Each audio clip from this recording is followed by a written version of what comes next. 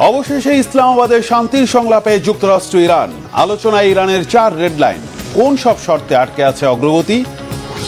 ইরানে টনের পর টন বোমা ফেলেও কেন স্বস্তিতে নেই যুক্তরাষ্ট্র? তেহরানের কৌশলে কিভাবে ধরা খাচ্ছে মার্কিনীরা? মার্কিন বিমানের জমদূত তেহরানের হাতে, আমেরিকার গোয়েন্দা রিপোর্টে তোলপাড়।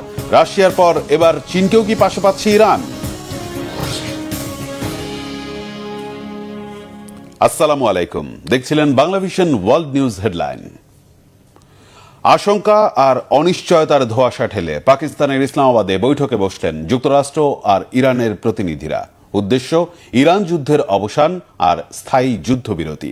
এর আগে দুপক্ষেরই আলাদা বৈঠক হয়েছে পাকিস্তানের প্রধানমন্ত্রী শাহবাজ শরীফের সাথে।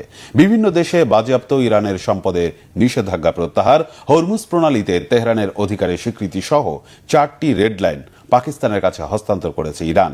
কে হাসবে শেষ হাসি? গুরুত্ব পাবে কি ছাড় দেওয়ার মানসিকতা? ঐতিহাসিক নজির গড়তে পারবে কি ইসলামাবাদ? বিস্তারিত শহীদ আরাফাতের ডেস্ক রিপোর্টে।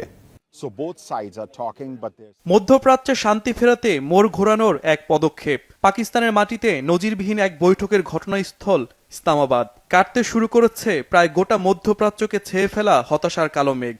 শান্তিকামীদের আশা উকি দেবে প্রত্যাশিত শান্তির উজ্জ্বল সূর্য, ফুটবে শান্তির ফুল। সুযোগ বুঝে শর্তে অটুট থেকে সমাধান আদায়ের জোর তৎপরতায় ব্যস্ত যুক্তরাষ্ট্র আর ইরানের প্রতিনিধিরা। এমন অবস্থায় দুই পক্ষের পাল্টাপাল্টি শর্তের দূরত্ব কমিয়ে সুখবর দিতে পারবে কি পাকিস্তান? কারা হাসবে শেষ হাসি? ঐতিহাসিক নজির গড়তে পারবে কি ইসলামাবাদ? শনিবার শুরু হওয়া শান্তি আলোচনায় ইরানকে নেতৃত্ব দিচ্ছেন দেশটির পার্লামেন্টারি স্পিকার বাগের গালিবাফ। যুক্তরাষ্ট্রের পক্ষ থেকে নেতৃত্বে আছেন দেশটির ভাইস প্রেসিডেন্ট জেডি ভ্যান্স। এছাড়া উপস্থিত আছে পাকিস্তান, ইরান ও যুক্তরাষ্ট্রের প্রায় শতাধিক শীর্ষ নেতা। বৈঠকে উঠে এসেছে শর্ত আর দাবি দেওয়া, অপেক্ষা আর উৎকণ্ঠা। যুক্তরাষ্ট্র ইরানের প্রতিনিধিরা মুখোমুখি বসার আগে আলাদা বৈঠক হয়েছে পাকিস্তানের প্রধানমন্ত্রী শাহবাজ শরীফের সাথে। মার্কিন ভাইস প্রেসিডেন্ট জেডি ভ্যান্স ও ইরানের প্রতিনিধিদের আলাদা সাক্ষাতে আলোচনা হয়েছে মূলত মধ্যপ্রাচ্যে স্থিতিশীল পরিস্থিতি ফিরিয়ে আনার কূটনৈতিক সমাধান নিয়ে। আলোচনাকে দীর্ঘায়িত না করে একদিনই শেষ করার প্রত্যাশা জানিয়েছেন ইরানের প্রতিনিধিরা। লেবানন সহ মধ্যপ্রাচ্যের দেশে দেশে ইসরায়েলের আগ্রাসন বন্ধ করে যুদ্ধবিরতি কার্যকর, হরমুজ প্রণালীতে তেহরানের অধিকারের স্বীকৃতি, বিশ্বের বিভিন্ন দেশে বাজেয়াপ্ত সম্পদের ওপর থেকে নিষেধাজ্ঞা প্রত্যাহার সহ বেশ কিছু শর্ত পাকিস্তানের কাছে হস্তান্তর করেছে ইরান।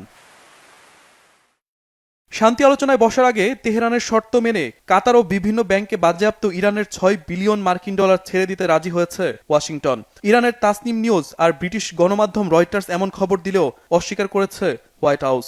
নাম প্রকাশে অনিচ্ছুক যুক্তরাষ্ট্রের কর্মকর্তারা বলছেন, হরমুজ প্রণালীতে নিরাপদ চলাচল নিশ্চিত হলেই কেবল কাতারের বাজেয়াপ্ত ইরানের 6 বিলিয়ন মার্কিন ডলার হস্তান্তরের বিষয়ে সিদ্ধান্ত হবে।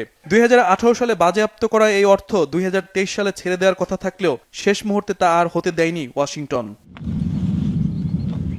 এদিকে যুদ্ধবিরতির আলোচনার মধ্যেই লেবাননে হামলা অব্যাহত রেখেছে ইসরায়েল।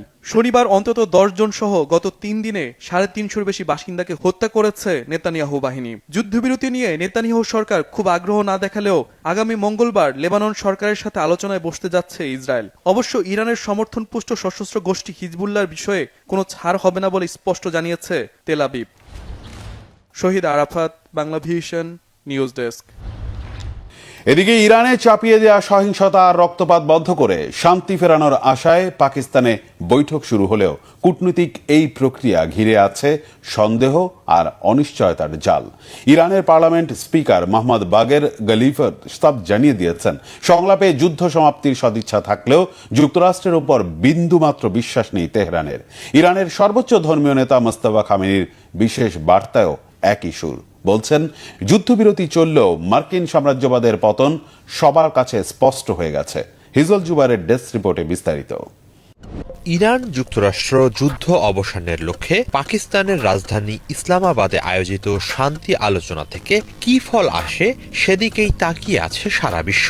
এরই মাঝে এই আলোচনায় ইরানের প্রধান আলোচক পার্লামেন্ট স্পিকার মোহাম্মদ বাগের গালিবাফ বলেছেন, আমেরিকার সঙ্গে যুদ্ধের অবসানে ইরানের সদিচ্ছা আছে, কিন্তু যুক্তরাষ্ট্রের ওপর তাদের কোনো বিশ্বাস নেই।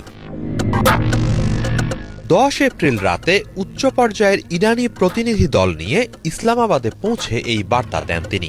প্রতিনিধি দলের সদস্য হিসেবে গালিবাফের সঙ্গে পাকিস্তানে পৌঁছান ইরানের পররাষ্ট্রমন্ত্রী আব্বাস আরাকচি, সুপ্রিম ন্যাশনাল কাউন্সিলের সেক্রেটারি মোহাম্মদ বাগের জোলকাদর, ডিফেন্স কাউন্সিলের সেক্রেটারি আলী আকবর আহমদিয়ান, কেন্দ্রীয় ব্যাংকের গভর্নর আব্দুল নাসের হিম্মাতি সহ আরও কয়েক আইন প্রণেতা। ইসলামাবাদে পৌঁছে ইরানের রাষ্ট্রীয় সংবাদ মাধ্যমকে গালিবাফ বলেন, যুক্তরাষ্ট্র যদি একটি প্রকৃত চুক্তির জন্য প্রস্তুত থাকে তবে ইরানও প্রস্তুত। এরপরই ওয়াশিংটনের সঙ্গে তেহরানের পূর্ববর্তী আলোচনাগুলোর তিক্ত অভিজ্ঞতা স্মরণ করিয়ে দিয়ে গালিবাফ বলেন, দুর্ভাগ্যবশত আমেরিকানদের সঙ্গে আমাদের আলোচনার অভিজ্ঞতা সবসময়ই ব্যর্থতা এবং প্রতিশ্রুতি লঙ্ঘনের মধ্য দিয়ে শেষ হয়েছে। এদিকে চলমান যুদ্ধে দেশবাসীর জোরালো সমর্থনের ভূয়সী প্রশংসা করে ইরানের সর্বোচ্চ ধর্মীয় নেতা মোস্তফা খামেনি এক বিশেষ বার্তায় বলেছেন, যুক্তরাষ্ট্র ও ইসরায়েলের বিরুদ্ধে যুদ্ধে ইরানের জনগণ বিজয়ী হয়েছে। মার্কিন সাম্রাজ্যবাদের পতন এখন সবার কাছে স্পষ্ট। সংবাদ সংস্থা তাসনিম নিউজ জানিয়েছে, ইসলামী বিপ্লবের নেতা আয়াতুল্লাহ আলী খামেনির শাহাদাতের 40তম দিন উপলক্ষে দেয়া মোস্তফা খামেনির ওই বার্তায় বলা হয়, স্বদেশের ভাই ও বোনেরা, দৃঢ়তার সঙ্গে বলা যায় ইরানের বীর জনতা এই যুদ্ধে চূড়ান্তভাবে বিজয়ী। এখন একটি প্রধান শক্তি হিসেবে ইসলামী প্রজাতন্ত্রের উত্থান এবং সাম্রাজ্যবাদের পতন সকলের কাছে স্পষ্ট হয়ে গেছে। চলমান যুদ্ধে মার্কিন ক্ষেপণাস্ত্রের আঘাতে মিনাবের স্কুলে প্রায় 170 শিক্ষার্থী নিহত হয়। যুদ্ধজয় প্রসঙ্গে ওই শিশুদের স্মরণ করে সর্বোচ্চ নেতা বলেন, এটি নিঃসন্দেহে এক ঐশ্বরিক আশীর্বাদ, যা আমাদের শহীদ নেতা ও অন্যান্য শহীদদের রক্ত, নির্যাতিত দেশবাসী এবং মিনাবের সেই মহতী স্কুলের ছড়ানো ফুলের বিনিময়ে আমাদের ওপর বর্ষিত হয়েছে। একটি শক্তিশালী ইরান অর্জনের লক্ষ্যে অক্লান্ত প্রচেষ্টাই হবে ওই ঐশ্বরিক আশীর্বাদের প্রতি কৃতজ্ঞতা জানানো। আমরা সামরিক বিরতির পর্যায়ে প্রবেশ করেছি বলে যদি ধরেও নেওয়া হয়, তবুও রাস্তায়, মহল্লায়, মসজিদে হাজির হতে সক্ষম প্রত্যেক নাগরিকের দায়িত্ব হল নিজেদের অংশগ্রহণ আরও জোরালো করা।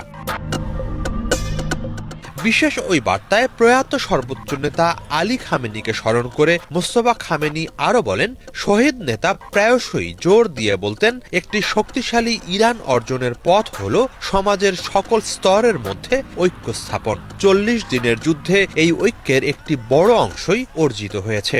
ইরানবাসীর হৃদয় একে অপরের আরও কাছাকাছি এসেছে এবং সকলেই মাতৃভূমির পতাকার নিচে সমবেত হয়েছে। দিন দিন এই সমাবেশ সংখ্যা ও সংহতি দুই দিক থেকেই বৃদ্ধি পাচ্ছে। গুরুত্বের সঙ্গে এই সংহতি ধরে রাখার তাগাদা দেন মোস্তফা খামেনি। হিজল জুবায়ের, বাংলা ভিশন।